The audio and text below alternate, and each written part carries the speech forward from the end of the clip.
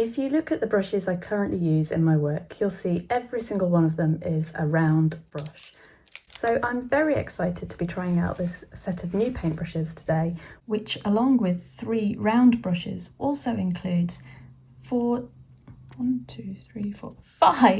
different brushes.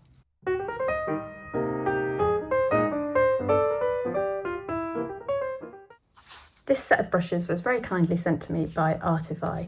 It's not a sponsored video though, they just sent me them in the hope that I might want to try them out, and I'm really looking forward to it. You'll see the brushes come in this lovely wallet, which is really useful. Most of my brushes just live in a jam jar on the shelf, so to have this to protect the ends of them is really nice. And it's also obviously really useful if you plan to take your brushes out on a date or something.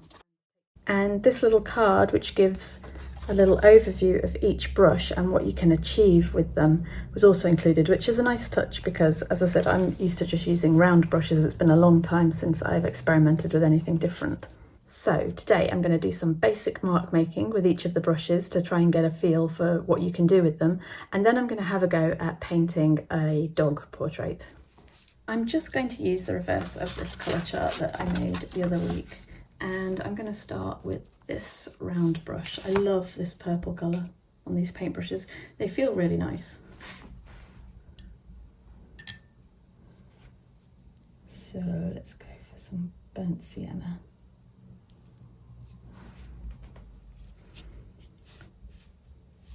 So this is the number 1 round brush, which means you can get some very fine lines with it. That is really nice. Round brushes are great beginner brushes because you can see on this one they have a very fine point, so you can achieve fine lines, but they have enough of a body that if you push down you can get a much broader stroke, and you know, with the larger ones you can use them for washes and so on. So if you're new to watercolours and you don't want to go spending lots of money but you're not quite sure what you need, just get some round brushes in a couple of different sizes and they'll see you through. And here's the 8, which again, we push down, we get a nice broad stroke, but we lift, we can get a nice fine line with it. These brushes feel really nice. They're nice and soft, lovely fine point on the end of them, which is what you want. Yeah, I'm really impressed with them. Okay, so those were the round brushes. Now I'm going to jump ahead to this big lad on the end. This is the French quill. Now, I've had one of these before, and I was really excited when I got it, but it was rubbish. It was a different brand. I can't even remember what it was, but it wasn't very good. These are similar to the round brush in that they've got a big sort of body of hair here that will hold lots of liquid, but they've got that fine point on the end, so you can get lovely variation in your line weight and lovely shapes from it.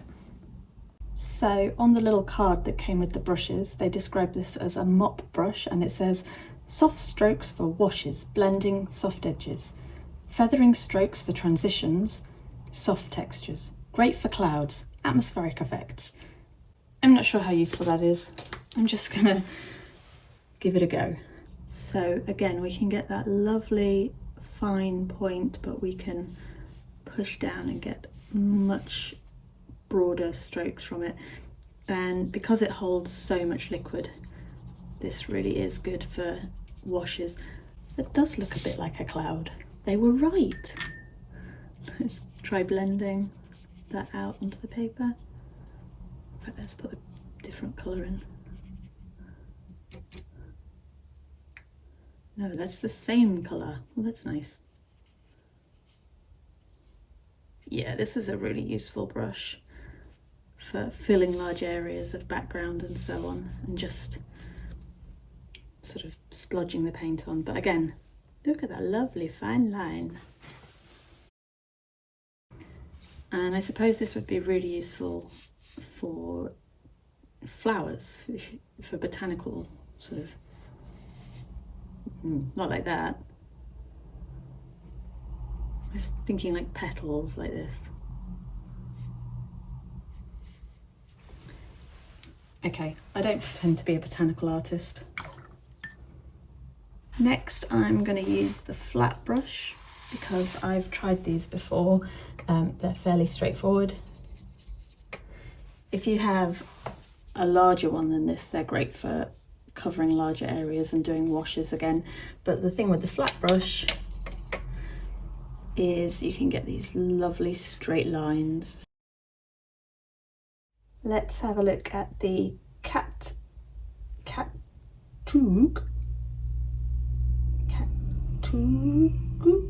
But yeah, that's a typo. It's a cat tongue brush. It's really weirdly difficult getting the hang of these brushes that I'm not used to using. Like, I'm sure you can do amazing things with them. I can't, but people could. Right, this is the angular brush. I imagine it's going to be quite similar to the square brush because it's got that sort of very straight edge, but let's have a look. So yeah, obviously you can get nice straight lines with it. Again, probably great if you are doing architecture. Like, you could just do loads of bricks like that. But what else can we do?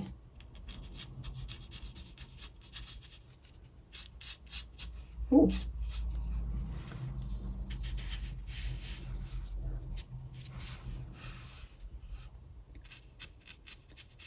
That's actually quite nice. Maybe for like landscape, like a tree, foliage, that kind of thing. Or using it slightly drier.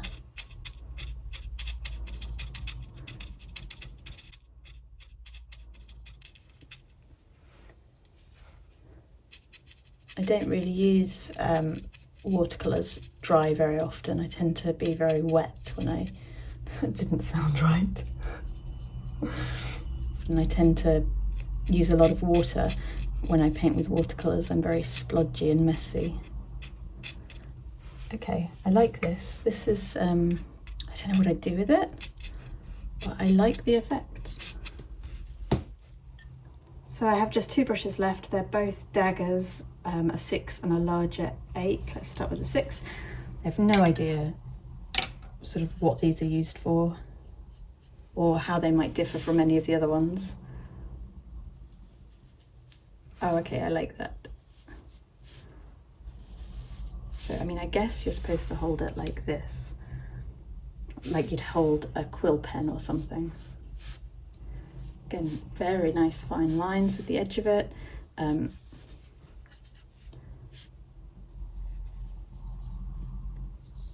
Ooh, nice curves. Okay, and because we've tried all the others, let's just give the larger dagger brush a go.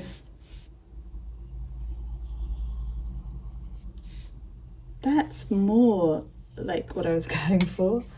That sort of grass blade leaf shape. Do something like that. Okay, so what's my verdict on these brushes? The brushes themselves are really nice. I'm really impressed with the quality of them. They feel really nice in the hand, and they've got this lovely purple colour, which I like, even though I don't really like purple. I just like that touch. I have no idea how I would use most of these brushes. They're completely new to me. I don't know what I'm doing. I think they're probably great if you do really expressive brush strokes and lots of texture and things in your watercolour. I just don't know what I'm doing with them, basically. I think the ones that I'll probably use most are the big French quill, because this is great for filling large areas and getting lovely sort of bleeds and things and texture in the painting. And the round ones, which is what I've been using all along. I do like the dagger brushes though. They were nice. I just need to figure out how to use them and what to do with them. So now I've tested these brushes out, albeit very briefly, I'm going to have a go at painting this pet portrait using these brushes. Truthfully, I'll probably just stick to the round ones, but I will try and incorporate some of the other ones into it. You can see I've already inked out a lot of the line work using a fine liner pen. I wouldn't normally go this detailed on that first layer, but because this is a dog who's quite pale, he's got a lot of white patches on him, those lines are going to show through, so I wanted to get them down and get them right in that initial drawing. Now, normally, when I do this kind of picture, I just sort of splodge the paint on. I'm very messy. I just throw it all on. I overwork it. I put too much on and I just hope for the best. And then I kind of try and tidy it up afterwards with more pen lines. With this one, I want to be a little bit more precise in what I'm doing and a little bit more considered in my paint strokes. I'm not worried too much about the colour at this point. In fact, I'm not really worried about the colour at all because this isn't a portrait that I'm going to give someone. It doesn't have to represent a particular dog. Normally when I do a painting like this, the first step would be to lay down a wash of very loose, very pale colour in a large area, which I would then drop other paints onto and let them sort of move around and bleed into one another and make those like lovely patterns sort of as they want. But because this dog has all these fine hairs and detail around his ear here, I wanted to just be a little bit more precise about that. And I'm using the number 4 round brush. I'm currently filming on my iPhone because my camera's been a bit of a pain, and I just tried to lock focus by touching the drawing. I think the way I'm going to approach this painting is to just lay down areas of colour first and then come back and add details over the top of those.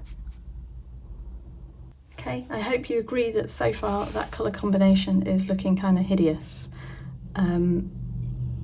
Maybe I'll tone the orange down as I go. I just smudged all the paint that I'd put down. It's gone right across here. Actually, that bit doesn't matter because that's his mouth anyway, but there was purple and pink all over here, and that's where that big quill brush has come in useful because it holds so much water. It's able to wet that area and lift most of the mess I made off. And I have to be more careful next time. I said I was going to try and use some of the other brushes, so I've got one of the dagger brushes here for the fur, the long sort of sweeping areas of fur. No idea what I'm doing. Which actually is really nice for that.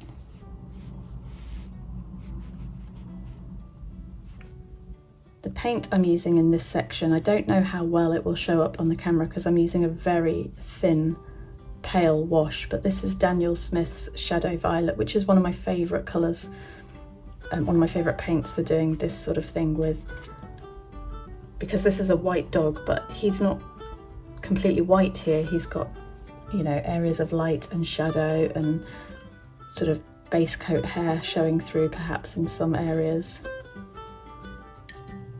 Undercoat, not base coat. This dagger brush is growing on me. I like it.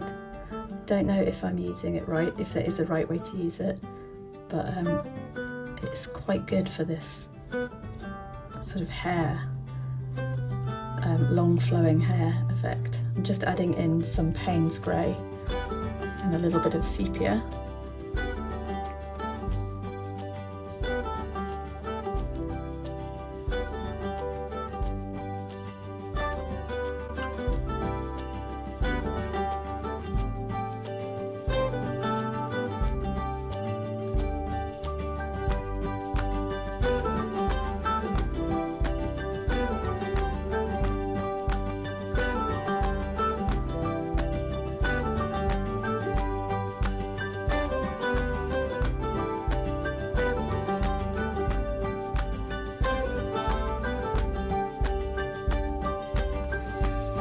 Tell me what you thought of my painting.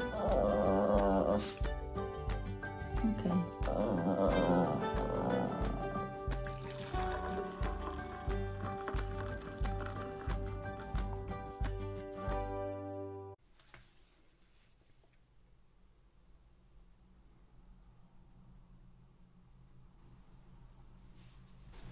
messed up the right eye a little bit because I went to make myself a hot chocolate, and when I came back I forgot to put my glasses back on. Not the first time that's happened. And there we go, the dog himself is finished. What do I think of the brushes? I really like them. I probably, in all honesty, won't use all of them because I don't know what I would do with them that I can't do with the round brush, which I feel comfortable using. But I do like the dagger. I'm converted to that. If you're new to watercolours and you're a bit overwhelmed by all the different materials and brushes and things that are out there, I would say just get yourself some round brushes, maybe 3 or 4, something like a very small 1 or 2 size for detail, maybe a 4 or a 6, which is a nice all-rounder sort of middle-sized brush, and then maybe something larger for doing washes, especially if you're a landscape artist and you need to fill big areas of sky or something like that. That said, if you did want to experiment and try out some different brushes and different techniques, then a pack like this is absolutely ideal. It's got everything you'd need to get started, all in a nifty little case as well. In a large area that then I would try again. He's not going to just be white, he's going to have shadow, and none of that makes sense.